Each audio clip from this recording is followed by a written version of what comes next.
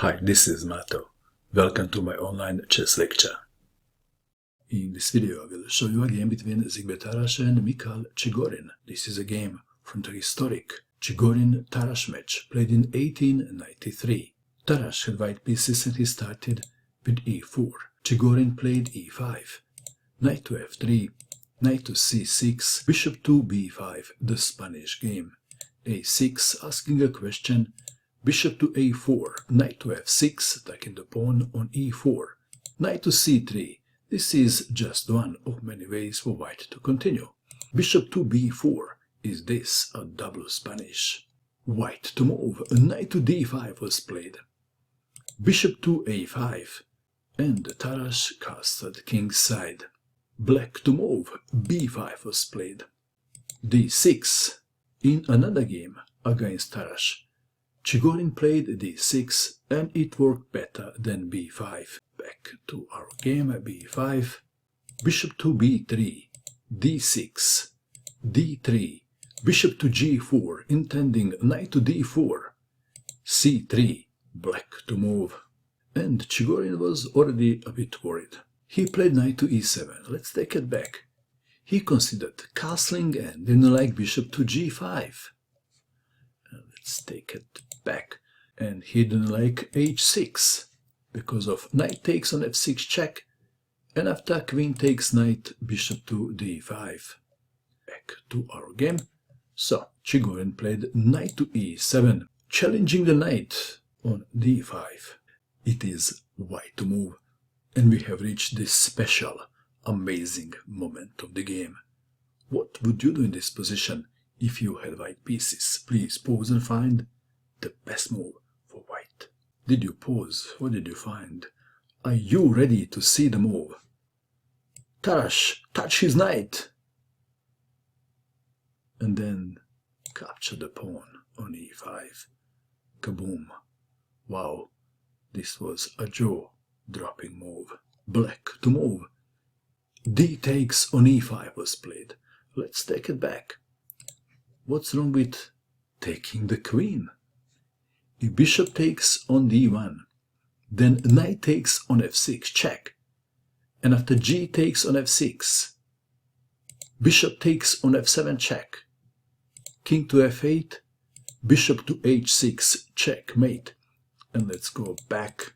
If in this position, king to f8, then knight from f to d7 check. If the king goes to e8, then bishop takes on f7 checkmate. That means that black would have to give up his queen to save the game. Just like this. Then knight takes on d7 check, and after king to e8, rook takes knight, and white is better. Back to our game. So in this position we have d takes on e5.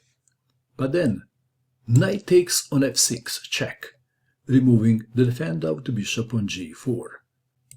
G takes on f6, queen takes on g4, knight to g6, if rook to g8, queen to h5, knight to g6, bishop to d5, rook to b8, f4, aiming to open the files, c6. Chigorin was just seeking complications. He is sacrificing the pawn in order to bring the queen to b6. Bishop takes on c6 check, king to e7, bishop to d5, b4, f takes on e5, queen to b6 check, king to h1, knight takes on e5, attacking the queen, queen to h5, knight to g6. White to move. How would you continue now? Perhaps developing the dark square bishop comes to mind. Maybe bishop to d2? What would you do? Tarrasch played another brilliant move, and that is rook takes pawn on f6. Kaboom! Sacrificing the rook for the attack. King takes rook. What else?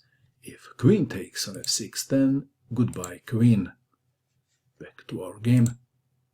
King takes rook, saving the queen. Bishop to g5 check, king to g7.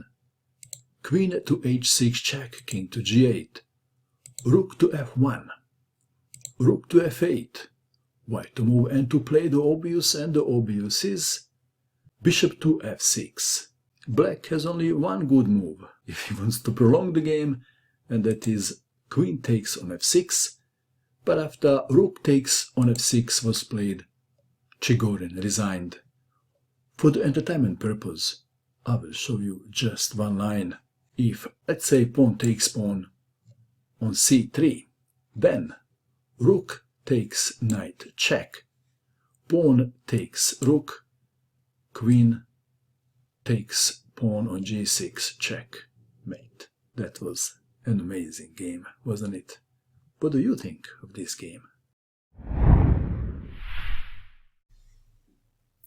And that is all.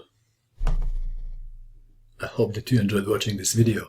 I wish you good luck with your chess, and bye for now.